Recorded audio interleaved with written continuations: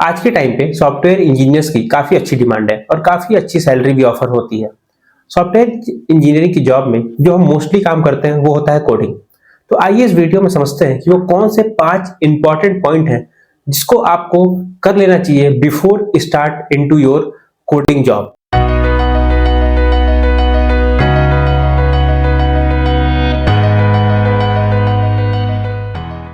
तो स्टार्ट करते हैं पहले पॉइंट से। जो पहला पॉइंट है हमारा वो है गेट योर बेसिक्स फर्स्ट।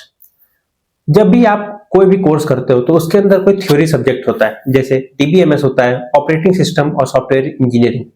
ये 3 ऐसे सब्जेक्ट हैं जो मेरे हिसाब से काफी इंपॉर्टेंट है अगर आपको अपनी कोडिंग जर्नी को स्मूथ करना है। तो स्मूथ करने से मेरा मतलब ये है कि जब आपको डेटाबेसेस के बेसिक्स पता होंगे, जब आपको ऑपरेटिंग सिस्टम के बेसिक्स पता होंगे, जब आपको सॉफ्टवेयर इंजीनियरिंग का बेसिक पता होगा, तो जब आप इसको इम्प्लीमेंट करने जाओगे तो आपको दोबारा से जाके पढ़ना या समझना नहीं पड़ेगा। आपको ऑलरेडी सारे रेफरेंस पॉइंट के जो भी होंगे वो आपके दिमाग में होंगे। जैसे एक एग्जांपल, आप कभी ज्वाइन लगाने गए, वो आप सीक्वल में लगाने गए या नॉन सीक्वल में, तो आपको पता रहेगा कि मैंने नो सीक्वल पढ़ा था या सीक्वल पढ़ा था, उसके अंदर मैंने ज्वाइंस का कॉन्सेप्ट देखा था। आपको ये रहेगा पता कि हाँ यहाँ पे मैंने नॉर्मलाइजेशन देखा था। तो ये बहुत इंपॉर्टेंट होता है। इतना करने के बाद आपको मेक श्योर करना है कि आपको एटलीस्ट एक प्रोग्रामिंग का नॉलेज हो। अभी वो एक प्रोग्रामिंग कौन सी होगी? वो प्रोग्रामिंग कोई भी हो सकती है। जैसे आपको वो प्रोग्रामिंग वैसी होनी चाहिए जो आपको अपना इंटरेस्ट हो। जैसे वो फॉर एग्जांपल जावा, आपको अच्छा लगता है जावा करना, ठीक है, तो आप जावा में वो प्रोग्रामिंग सीखिए अच्छी तरीके से। उसके जो फंडामेंटल कंसेप्ट होते हैं वो सीखिए, उसमें डीएसए कर लो। मतलब आप उतना कर लो कि आप कोई भी आपको प्रोग्राम दिया जाए ना बनाने के लिए तो आपको उसको अटेम्प्ट कर पाओ, ठीक है। तो अगर आपको इतना नॉलेज हो गया ना तो आप इनफ है आपको नेक्स्ट स्टेप में जाने के लिए।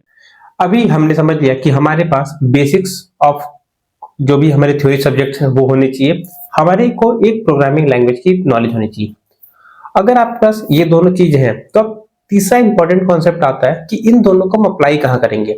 इस सबको अप्लाई करने के लिए अच्छा तरीका है कि आप एक प्रोजेक्ट बना लो और उस प्रोजेक्ट को आप न सिर्फ बनाओ बल्कि उसको डिप्लॉय करो और आप ट्राई करो कि उसमें कुछ रियल टाइम यूजर्स अगर आ पाए, तो नहीं आ रहे हैं तो आप खुद ही यूज करो। जब आप उसको एज ए यूजर देखना शुरू करोगे तो आपको बहुत सारी ऐसी चीजें दिखना शुरू होंगी उसके अंदर जो आपको लगता होगा कि यार इसको मैं इंप्रूव कर सकता हूँ। ये बहुत इंपॉर्टेंट पॉइंट है कि आप अपना प्रोजेक्ट बनाओ, उसको डिप्लॉय करो, उसको यूज करो। तो अभी तक आपने किया बेसिक्स ऑफ प्रोग्रामिंग, एक प्रोजेक्ट कर लिया आपने। अभी क्या? अभी आपको कम्युनिकेशन स्किल पे काम करने की ज़रूरत पड़ेगी। अभी कम्युनिकेशन स्किल होता क्या है? बहुत सारे लोगों को इसमें कन्फ्यूजन होता है। बहुत सारे लोग ये समझते हैं कि कम्युनिकेशन स्किल मतलब इंग्लिश स्पीकिंग स्किल। ये दोनों अलग चीज़ है। कम्युनिकेशन का मतलब सिंपल ये होता है कि आप अपनी बात को दूसरों को समझाना और दूसरों की बात को समझना। वो इसमें लैंग्वेज का कोई रोल नहीं है। लैंग्वेज कोई भी हो सकती है, आपकी अपनी नेटिव लैंग्वेज ही हो सकती है।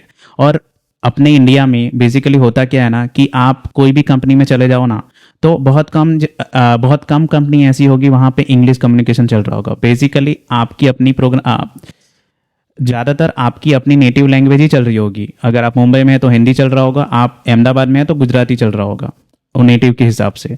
तो आप इंग्लिश, ऐसा नहीं है कि इंग्लिश सीखने की ज़रूरत नहीं है। इंग्लिश तो प्राइमरी रोल रहेगा उसमें क्योंकि आपको क्लाइंट के साथ बात तो करनी पड़ेगी, तो इंग्लिश पे भी काम करना, लेकिन मेनली फोकस रखना चाहिए कम्युनिकेशन पे, बात समझाना और समझना। अभी आपको कोर फंडामेंटल सब्जेक्ट से पता हो गया, कोडिंग का पता हो गया, प्रोजेक्ट बना लिया, कम्युनिकेट कर लिया।